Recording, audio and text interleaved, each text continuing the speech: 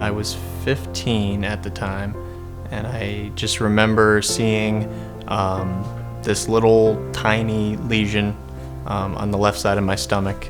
I just brushed it off, as being acne.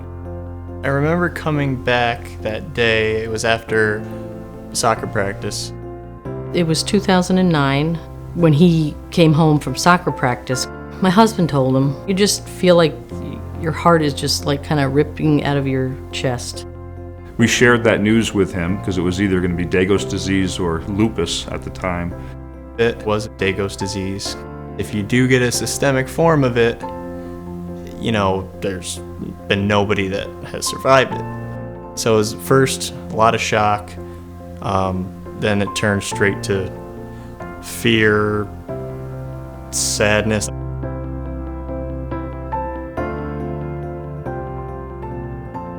Degos disease is a disorder of small blood vessels in the skin, and in about 1/3 of individuals, there can be involvement internally. That's called systemic Degos disease. Degos disease presents with scattered red lesions that progress to a porcelain appearance with a depressed center, often with a characteristic red rim, and they can be anywhere on the body. I knew I was really sick. I knew the path that it was going down. He spiked a fever of over 107. I remember helping pack him in ice, literally. That evening was probably the worst day of my life. When I first met Ernie, he was near death at the hospital where I was. I started researching. I got the 200 papers. I had close communication with Dr. Shapiro, who was his outpatient physician. So it was an intense effort in learning what the disease is, and at the same time working really fast to try to save him.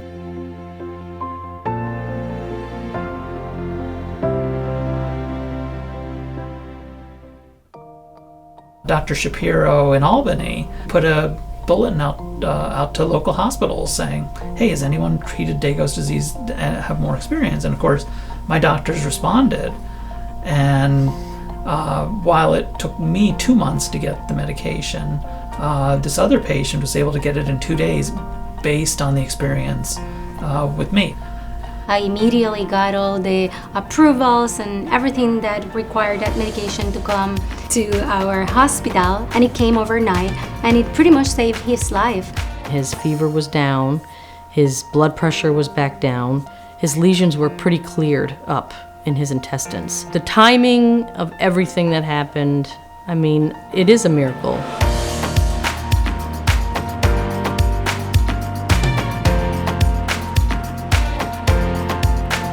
My goal right now is to become a physician's assistant, and I want to specialize right now in rheumatology. My 2 doctors, they went above and beyond the workload that any physician should be expected to. I can't wait to end up being in that position where I'm treating people. It's very exciting. I think that's why we become doctors, to save lives and to help as much as we can, especially when you get a mystery case like this. There's hope. There's always hope.